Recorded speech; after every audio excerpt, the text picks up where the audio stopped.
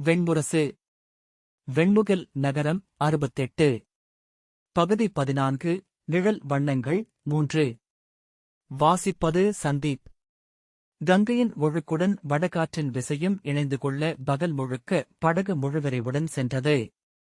இருபக்கமும் அனைத்து பாய்களையும் விரித்து காற்றில் சற்றுக்குச் செல்லும் பெரிய கழுகு போல அது சென்றபோது கங்கையின் அலைநீர்வழி ஒளிவிட்டபடி அடியில் சுருண்டு மறைந்தது.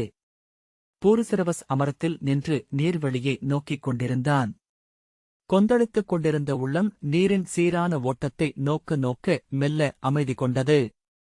விழி அறியும் சீரான அசைவுகள் எண்ணங்களையும் சீரமைப்பது எப்படி என்று எண்ணிக்கொண்டான். வெளியே தெரிபவற்றுக்கு உள்ளம் அறியாமல் எதிர்வினையாற்றிக் கொண்டிருக்கிறது. உள்ளம் என்பதே அந்த எதிர்வினை மட்டும்தானா? நினைவுகளுக்கும் புற உலகுக்குமான ஓர் ஓயா உரையாடல். ஆனால் எங்கோ புறம் வென்றுவிடுகிறது. நினைவுகளை அது தன் ஒழுங்கில் அடுக்கத் தொடங்கிவிடுகிறது. விழிகளை இழந்தவர்கள் நினைவுகளை எப்படி கையாள்கிறார்கள்? அவனுக்கு திருதராஷ்டிரர் ஓயாது இசை கேட்பது நினைவுக்கு வந்தது. இந்த வானை ஒளியை, அலைநீர் வெளியை, வண்ணங்களை, நிழலாட்டங்களை நிகர் செய்ய எவ்வளவு இசை தேவை? அப்போது இசை கேட்டால் நன்று என்று தோன்றியது. ஆனால் உடனே அதை நோக்கி உள்ளம் செல்லாது என்ற எண்ணமும் வந்தது. படகுப்பாய்கள் முருகி உருமும் ஒலியும், வடங்கள் இறுகி நெகிழும் ஒலியும், மர இணைப்புகளின் நெறிப்படும் ஒலியும் இணைந்து காற்றின் ஓசையுடன் கலந்து அவனை சூழ்ந்திருந்தன. அதன் தாளத்தை உள்ளமும் அடைந்துவிட்டிருப்பதை சற்று கழித்து அவன் உணர்ந்தான். அறியாமலேயே அவன் துயின்றுவிட்டிருந்தான். விழித்தபோது அவன் மேல் வெயில் சரிந்திருந்தது. அரைத்துயிலில் சென்று உள்ளறைப்பிடத்தில் படுத்தான். மீண்டும் விழித்தபோது குளிர்ந்தது. எழுந்து அமர்ந்து சரிந்து கிடந்த ஆடையை அள்ளிச் சுற்றியபடி வெளியே வந்தான். படகு அரையிருளில் சென்று கொண்டிருந்தது. அந்தே கடந்துவிட்டிருந்தது. குகனிடம் எந்த இடம் என்று கேட்டான். அருகே இருக்கும் துறைநகர் ஃபர்கபுரி. ஆனால் நாம் எங்கும் நிற்கப் போவதில்லை இளவரசே என்றான். காசியை எப்போது அடைவோம் என்றான் பூரிசிரவஸ். விரும்பினால் நள்ளிரவுக்குள் சென்றுவிட முடியும். இனிமேல் செய்திகளைப் பெற்றுக்கொண்டு முன்னால் செல்லலாம் என்று இளவரசரின் ஆணை என்றான் குகன். செந்நிறமலர்கள் பூத்த புதர்போல பந்தங்களும் விளக்குகளும் ஒளிரும் ஃபர்கபுரி அப்பால் தெரிந்தது. கரையொதுங்கும் படகுகள் பாய்மடித்து விரைவழிந்து மூக்கு திருப்பின. சங்கொலியுடன் பெரும்படகு ஒன்று அங்கிருந்து சிறகுகளை ஒவ்வொன்றாக விரித்தபடி மையப்பெருக்கு நோக்கி வந்தது. கலிங்கத்துக் கொடி அதில் பறந்தது. பூரிசிரவஸ் இடையில் கை வைத்து ஃபர்கபுரி கடந்து செல்வதை நோக்கி நின்றான். இளவரசர் இன்னும் எழவில்லையா என்றான். இல்லை, அவர்கள் மதுவருந்துவிட்டு படுத்திருக்கிறார்கள் என்றான் குகன். பூரிசிரவஸ் பெருமூச்சு விட்டான். துயின்று எழுந்ததனாலேயே உள்ளம் தெளிந்து அனைத்தும் எளிதாகவும் இனிதாகவும் மாறிவிட்டிருந்தன. அவன் சென்று கொண்டிருப்பது ஒரு போருக்கு என்பதையே நினைத்துப் பார்க்க முடியவில்லை. தாங்கள் உணவருந்தலாமே என்றான் குகன். இல்லை, அவர்களும் எழட்டும் என்று பூரிசிரவஸ் சொன்னான். நன்றாக பசித்தது. படகின் அடியிலிருந்து சுட்ட மீனும் அப்பமும் மணத்தன. சற்று நேரத்தில் துச்சாதனன் உள்ளிருந்து வெளிவந்து பெரிய கைகளை தலைக்குமேல் தூக்கி சோம்பல் முறித்துக் கொண்டு அவனை நோக்கினான். அவன் உடலின் வியர்வை நாறியது. நன்கு துயின்றுவிட்டேன் இளையோனே என்றான். இளவரசரை எழுப்புங்கள். நாம் ஃபர்கபுரியே கடந்துவிட்டோம். துச்சாதனன் திகைப்புடன் கடந்துவிட்டோமா? ஃபர்கபுரியில்தானே நமக்கு பறவை தூது வர வேண்டும் என்று சொன்னபின் திரும்பி உள்ளே சென்றான். கர்ணனும் துரியோதனனும் வெளியே வந்தனர். துரியோதனன், பால்ஹிகரே, ஃபர்கபுரியில் இருந்து செய்தி எதையாவது பெற்றீரா என்றான். இல்லை, செய்தியை எனக்கு அனுப்ப மாட்டார்களே என்றான் பூரிசிரவஸ். அறிவெளி போல துயின்றுவிட்டேன். நேற்றிரவு முழுக்க நான் துயிலவில்லை. விடியலில் கண்ணயர்ந்தபோது காசி நாட்டு இளவரசியின் செய்தி வந்தது. அதன்பின் ஏது துயில் என்று துரியோதனன் சொன்னான். நிலை கொள்ளாமல் ஃபர்கபுரியின் ஒற்றனிடம் பருந்து வந்து சேரும். அவனிடம் தெரிவிக்கச் சொல்லியிருந்தேன் என்றான். பூரிசிரவஸ் என்ன என்பது போல நோக்கினான். அனைத்தும் காசியில் சித்தமாக இருக்க வேண்டுமல்லவா? நான் வரும் செய்தியை பானுமதிக்கு அளித்துவிட்டேன். அவர்களின் செய்தி எனக்கு வரவேண்டும். என்ன சொல்வதென்று போரிசிரவசுக்கு தெரியவில்லை. ஆனால் உள்ளூர எங்கோ புன்னகை எழுந்தது. அதை துரியோதனன் எப்படியோ உணர்ந்தவன் போல தானம் சிரித்துக் கொண்டு, இத்தனைக்கு நடுவிலும் துயின்றிருக்கிறேன் என்றான். அது தங்கள் துணிவைக் காட்டுகிறது என்றான் பூரிசிரவஸ். நன்று, நீர் அவைப்பாடகராக இருக்கலாம் என்று துரியோதனன் சொன்னான். முதல் முறையாக பூரிசிரவஸ் உள்ளூர புண்பட்டான். ஏன் என்று சிந்திக்க முடியாமல் ஏதோ ஒன்று தடுத்தது. ஆனால் சினத்தில் உடலெங்கும் வெங்குருதி ஓடியது. மூச்சை இழுத்து நீர்த்துளிகள் நிறைந்த காற்றை இழுத்துவிட்டு தன்னை ஆற்றிக்கொண்டான். கர்ணன் வானை நோக்கிக் கொண்டு நின்றான். பின்னர், செம்பருந்து உங்களை தேடித்தான் வருகிறது இளவரசே என்றான். துரியோதனன் எங்கே என்றான். வானை நோக்கியபோது எதையும் கண்டுபிடிக்க முடியவில்லை. அது தங்களைத் தேடி நம் படகுக்கு மேலேயே பறந்து கொண்டிருந்திருக்கிறது. இப்போதுதான் கண்டு கொண்டது என்று சொல்வதற்குள் சிறகோசையுடன் செம்பருந்து வந்து காற்றிலாடியபடி இறகுகளைக் கலைத்து வடத்தில் அமர்ந்தது.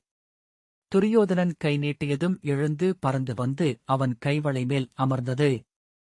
அதன் கால்களில் தோல் சுருள் சுற்றிக் கட்டப்பட்டிருந்தது. துரியோதனன் சுருளை எடுத்ததும் துச்சாதனன் அதைப் பற்றி தூக்கி உள்ளே கொண்டு சென்றான். துரியோதனன் செய்தியை வாசித்துவிட்டு சுருளைச் சுருட்டி நீரிலிட்டான். திரும்பி, கர்ணா, அனைத்தும் சித்தமாக இருக்கின்றன. நாளை விடியல் முதல் நாழிகை மணி அடிக்கையில் அவர்கள் வரும் தேர் அன்னையர் ஆலயத்தைக் கடக்கும் என்றான். அவன் உடலெங்கும் சிறுவனைப் போன்ற துள்ளல் குடியேறியது. அவளே அனுப்பிய செய்தி இது. அவள் அங்கு வந்ததும் ஒரு சுடர் இனவலமாக இருமுறை சுழற்றப்படும் கர்ணன் மிக எளிதாகத்தான் தோன்றுகிறது என்றான். ஆனால் பீமன் என்ன செய்யப் போகிறான் என நமக்கு இன்னமும் தெரியாது துரியோதனன். அவன் செய்யப்போவது தெளிவாகவே இருக்கிறது. அவர்கள் மேலும் ஒரு நாழிகைக்குப் பின் விஸ்வநாதரின் ஆலயத்தின் முன்பு அவளுக்காக காத்திருப்பார்கள் என்றான். கர்ணன், ஆம், ஆனால் முன்னெச்சரிக்கையாக ஒரு வீரனை அரண்மனையிலிருந்து அவர்கள் கிளம்பியதுமே அவன் கூடவே அனுப்பியிருந்தால் என்றான். அவ்வீரன் செய்தியனுப்பினால் நாம் அவளைக் கவர்ந்ததுமே அவன் நம்மை வந்தடைந்துவிட முடியும். இரு இடங்களுக்கு நடுவே விழுதொடும் தொலைவே உள்ளது. வரட்டும், இம்முறை நீரில் போர் நிகழும் என்றான் துரியோதனன். போரிடலாம்.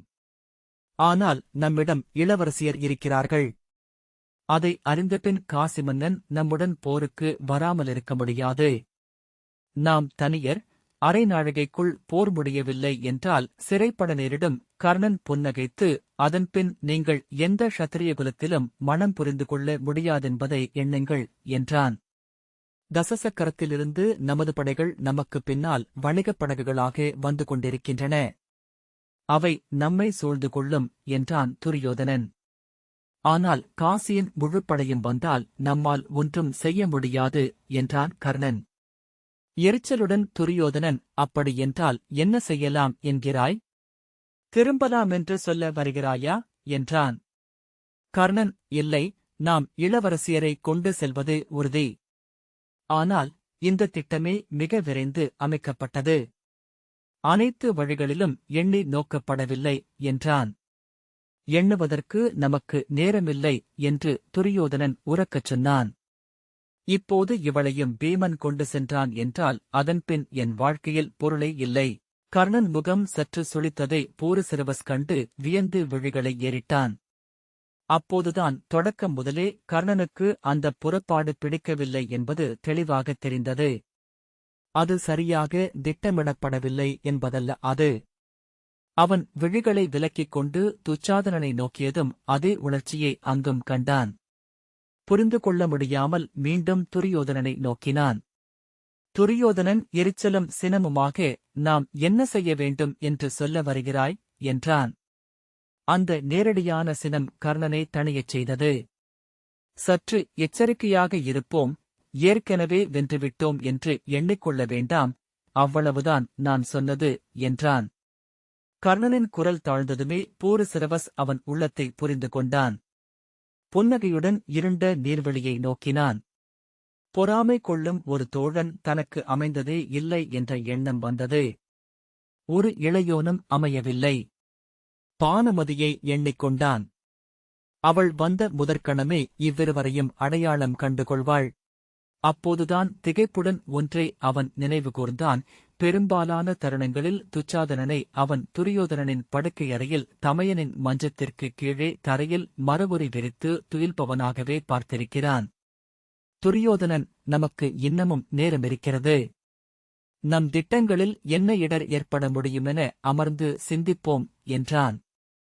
அதற்கு முன் நாம் உணவுண்ண வேண்டும் என்றான் கர்ணன். அவன் பேச்சை சற்று எளிதாக்க விழைவது தெரிந்தது. ஆனால் துரியோதனன் தேவையற்ற உரத்த நகைப்புடன், ஆம், உண்போம். போருக்கு முன்னும் பின்னும் உண்டாட்டு தேவையல்லவா என்றான். திரும்பி குகரிடம் உணவு கொண்டு வருக என்று கூவினான்.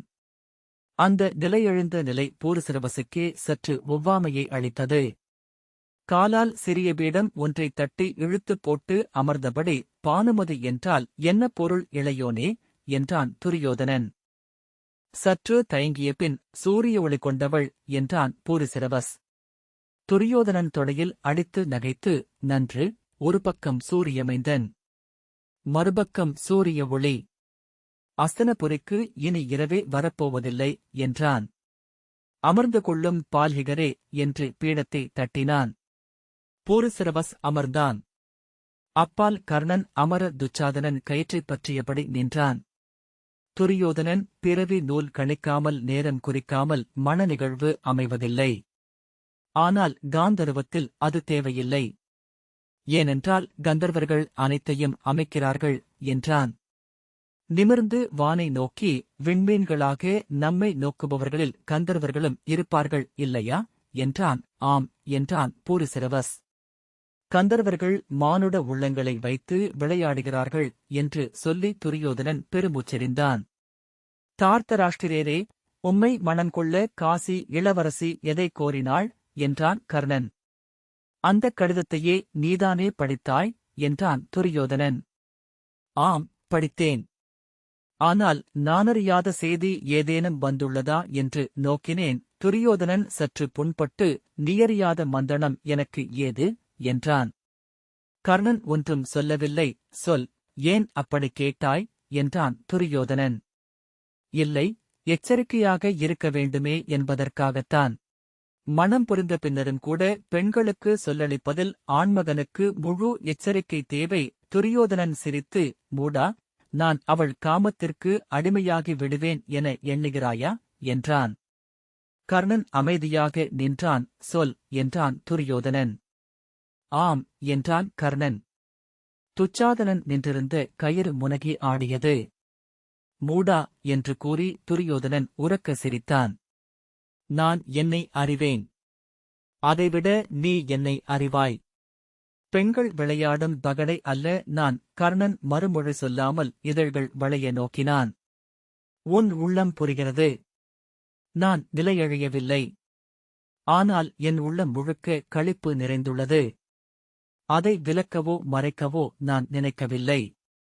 அதை முழுமையாக நிறைத்துக் கொள்ள என்னால் முடியவில்லையே என்றுதான் என் அகம் தவிக்கிறது. துரியோதனன் தன் கைகளைத் தூக்கி, ஏனென்றால் இந்த கைகள் பெரியவை, கதை பயின்று இறுகியவை, அவற்றால் உவகையில் கூட நிகழ முடிவதில்லை என்றான்.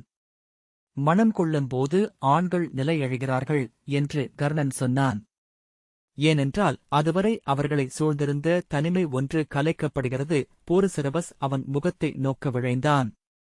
ஆனால் கர்ணன் இருண்ட ஆற்றை நோக்கி திரும்பியிருந்தான். தனிமையா எனக்கா என்றான் துரியோதனன். நான் பிறந்த நாளிலிருந்து தனிமையை அறிந்ததில்லை. இவன் என்னுடன் எப்போதும் இருக்கிறான். உன்னை சந்தித்த நாளுக்குப் பின் நீயும் என் உள்ளே உடனிருக்கிறாய். கர்ணன் ஏதும் உரைக்கவில்லை. குகர்கள் உணவுடன் வந்தனர். வேக வைத்த பெரிய மீன்கள், அப்பங்கள், ஊன். பூரிசிரவஸ், மது தேவையில்லை. விடியலில் அது நம்மை சோர்வுறச் செய்துவிடும் என்றான்.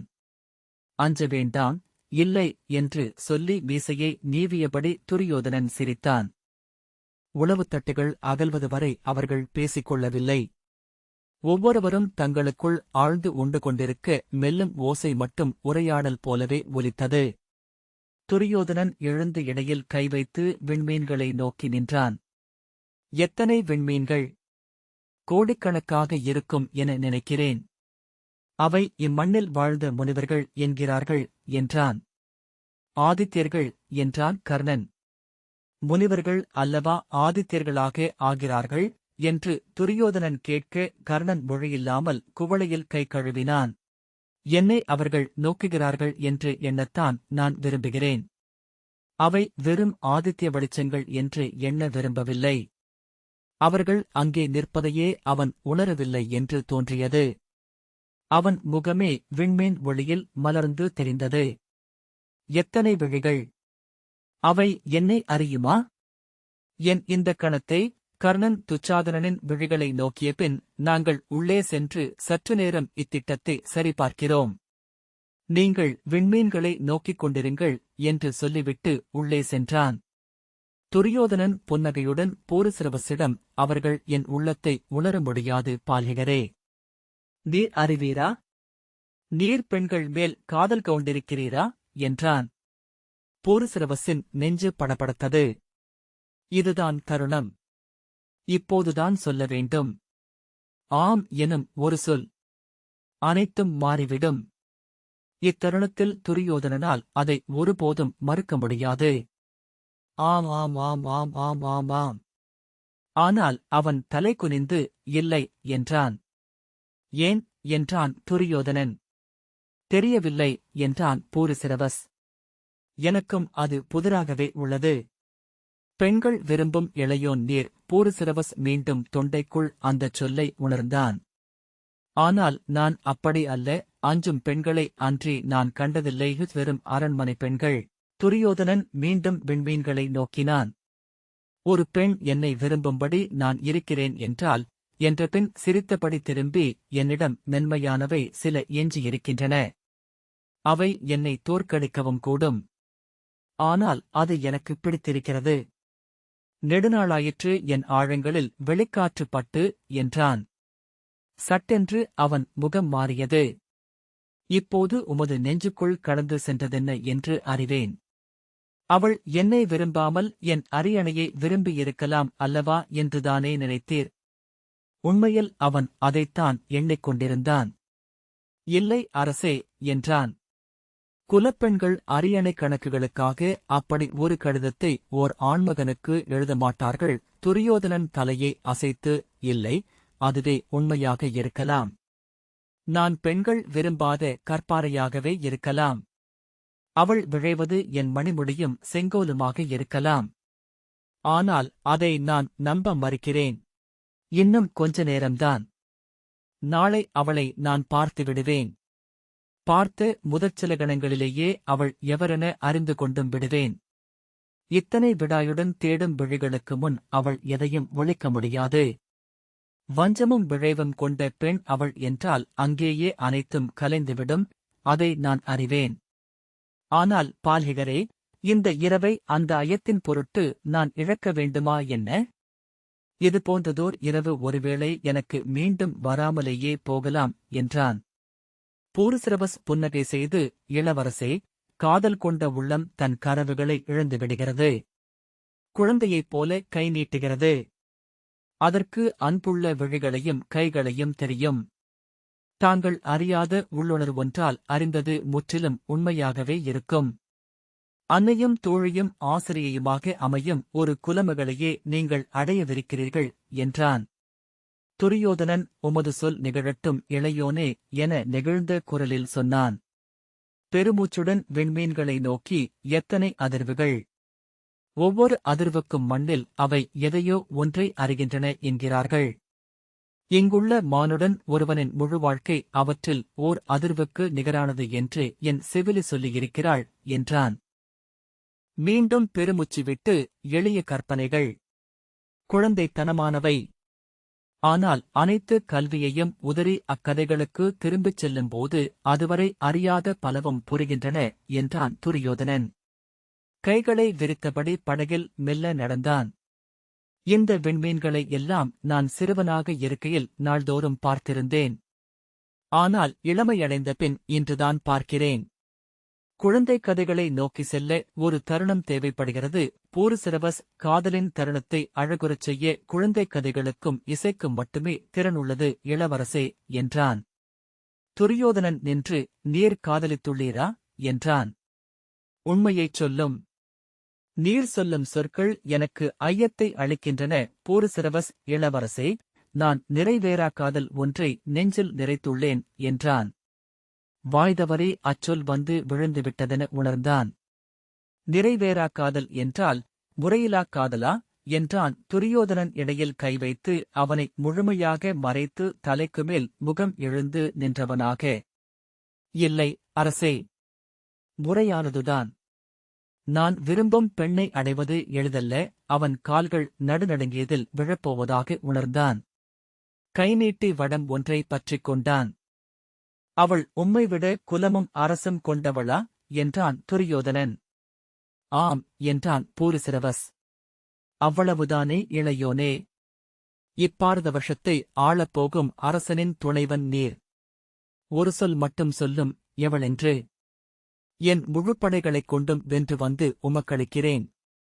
எவளென்றாலும் சரி. பூரிசிரவஸ் நெஞ்சுள் நிறைந்த சுமையை மூச்சாக வெளிவிட்டான். இல்லை என்றான். எவளென்று மட்டும் சொல்லும். துரியோதனன் முகம் மாறியது. இது என் அழியாச்சொல் எனக்கொள்ளும். நீர் சொல்லும் பெண் யாராக இருப்பினும் அவள் உமக்குரியவள். என் உடன்பிறந்தாரும் நாடும் உயிரும் அதற்குரியவை. பூரிசிரவஸ் தன் காதுகளில் வெம்மையான காற்று படுவது போல உணர்ந்தான். தருணம் வரட்டும் இளவரசே, சொல்கிறேன் என்றான். ஏன், இப்போது சொன்னால் என்ன என்றான் துரியோதனன். நீங்கள் பெண் கொள்ளப் போகும் தருணம் இது. அதன் பின்னர் சொல்கிறேன். துரியோதனன் சிரித்து அவன் தோளை தன் கையால் எடையுடன் தட்டி, இது முடியட்டும், நாம் படையுடன் கிளம்புவோம் என்றான். பூரிசிரவஸ் தலையசைத்தான். அவன் உடல் மெல்ல தளர்ந்தது. மென்மையான காற்று ஒன்று அவன் உள்ளத்தை தழுவிச் செல்வது போலிருந்தது. துரியோதனனின் உள்ளம் திசை மாறியது. மீண்டும் விண்மீன்களை நோக்கினான். எதிலும் பொருளில்லை என்று சொல்கின்றன என்றான். நீடித்து நிற்பவை என ஏதுமில்லை. விண்மீன் சிமிட்டல்கள் கணம் கணம் கணம் என்றே சொல்கின்றன. இக்கணத்தில் இங்கே மகிழ்வுடனும் நிறைவுடனும் வாழ்வதைவிட மேலான பொருள் கொண்ட எதுவுமில்லை வாழ்க்கையில். அவன் தனக்குள் என ஏதோ முனகினான். காற்றில் கையால் கதை ஒன்றை வீசினான். நான் என் ஆசிரியரை நினைவுறுகிறேன். அவரிடமிருந்து நான் கற்றிருக்க வேண்டியது இதுதான். கற்க என்னால் முடியவில்லை. அவர் சிட்டுக்குருவிகளைப் போல அந்தந்த களத்தில் வாழ்பவர். நேற்றும் நாளையும் அற்றவர். இளையோனே, என் நெஞ்சு முழுக்க வஞ்சத்துடன் அவர் முன் சென்றேன். அவரிடமிருந்து போர்க்கலையே கற்றேன். அவரிடமிருந்து எதை கற்க வேண்டுமோ அதை கற்கவில்லை. அதை இப்போது உணர்கிறேன். மீண்டும் கதையை சுழற்றிய பின் திரும்பி, ஆனால் என்னால் அது முடியுமென்றே தோன்றவில்லை. இந்த நாடு மணிமுடி அனைத்தையும் துறக்கலாம். ஆனால் தீராததும் அழியாததுமான ஒன்று. துரியோதனன் மேலே சொல்லாமல் நிறுத்தி கைகளை கட்டிக்கொண்டான். திரும்பி அறைக்குள் நோக்கி, என்ன செய்கிறார்கள் என்றான். வரைபடத்தை நோக்கிக் கொண்டிருக்கிறார்கள் என்றான் பூரிசிரவஸ். காசியை வரைபடத்தில் நோக்க என்ன இருக்கிறது?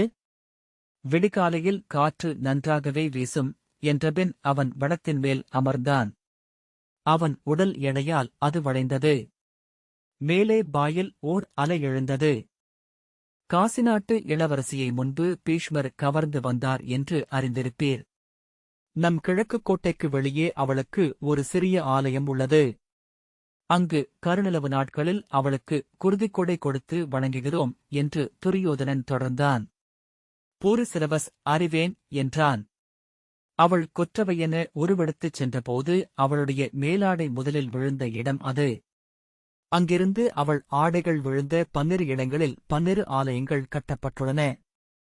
செந்தழலி அன்னை என அவளை வணங்குகிறார்கள். பூரிசிரவஸ் தலையசைத்தான். காசி நாட்டு இளவரசி. மீண்டும் அதே கதை. அதே பெண்கவர்தல். துரியோதனன் தலையை அசைத்து எண்ண விந்தை என்றான். பூரிசிரவஸ் ஆனால் இப்போது இளவரசியின் விருப்பப்படி செல்கிறோம் என்றான். ஆம், எப்படியோ இது நிகர் செய்யப்படுகிறது என்றபின் அவளை இன்னொரு அம்பை என்கிறார்கள். எரிகண்ணீர் உதிர்த்துச் சென்றவள் எரிகுழலுடன் மீள்கிறாள் என்று ஒரு சூதன் பாடக் கேட்டேன் என்றான் துரியோதனன். அவன் அதுவரை அந்த ஒரு பெயரைச் சுற்றித்தான் வந்து கொண்டிருந்தான் என்று பூரிசிரவஸ் எண்ணிக்கொண்டன். அதைச் சொன்னதும் விடுதலையை அறிகிறான். அல்லது மேலும் பதற்றம் கொள்கிறான். பூரிசிரவஸ் ஏதேனும் மறுமொழியாக சொல்ல நினைத்தான். ஆனால் எதிரே அமர்ந்திருந்த கரிய பேருவை அவனால் மதிப்பிட முடியவில்லை. காட்டறி எழுந்து வருவதே சிறிய குளிரோடை தடுக்குமா என்று சொல்வார்கள் என்று துரியோதனன் தனக்குள் என சொல்லிக் கொண்டான். வீண் சொற்கள். பொருளே இல்லை. எழுந்து கைகளை விரித்து, ஆனால் எல்லாம் எப்படியோ ஈடுகட்டப்படுகின்றன. எங்கிருந்தோ இன்னொன்று கிளம்பி வருகிறது என்றவன் திரும்பி, இவள் குளிர்ந்தவள் என்று என் நெஞ்சு சொல்கிறது. அம்பையன்னையின் அகத்தில் அஸ்தினபுரிக்கென எஞ்சிய கனிவு இவளாக வருகிறது என்று தோன்றுகிறது என்றான். பூரிசிரவஸ் அவ்வண்ணமே ஆகட்டும் என்றான். ஆம், ஆக வேண்டும். விழைவாக இருக்கலாம், ஏக்கமாக இருக்கலாம். ஆனால் விண்மீன்களுக்கு கீழே நிற்பவன் வெறும் தனியன். வெறும் வேண்டுதலை மட்டுமே வெளிமுன் வைக்க முடிந்தவன் அவன் கைகளை மீண்டும் கட்டிக்கொண்டு வானை நோக்கினான். பூரிசிரவஸ் அவன் பேசுவதற்காக காத்து நின்றான். ஆனால் துரியோதனன் முழுமையாகவே சொல்லின்மைக்குள் சென்றுவிட்டிருந்தான். துச்சாதனன் உள்ளிருந்து வெளிவந்து, நேரமாகிவிட்டது மூத்தவரே என்றான். துரியோதனன் திகைத்தது போல நோக்கி, என்றான். முதச்சாமம். நாம் காசியில் அன்னையர் ஆலயங்களுக்கு நேராக கங்கைக்குள் நின்றிருக்கிறோம். பூரிசிரவஸ் திகைத்தது போல திரும்பி நோக்கினான். காசியின் விளக்குகள் மின்னும் படிக்கட்டுகளை தொலைவில் காண முடிந்தது. மணிகர்ணிகா கட்டமும் அரிச்சந்திர கட்டமும் அனலெழுந்து தெரிந்தன. அணையா சிதைகள். வரணாவையும் அசியையும் இரு மாலைகளென தோளிலிட்ட நகரின் இரு செவ்விழிகள். நம் படைகளுக்கு சித்தமாக இருக்கும்படி செய்தி அனுப்பு என்றான் துரியோதனன் மெல்லிய குரலில். தன் கச்சையை இறக்கியபடி வந்து படகு விளிம்பில் கால் வைத்து வானை நோக்கி எரியம்புக்காக காத்து நின்றான். இந்த வாசிப்பை கேட்டதற்கு நன்றி.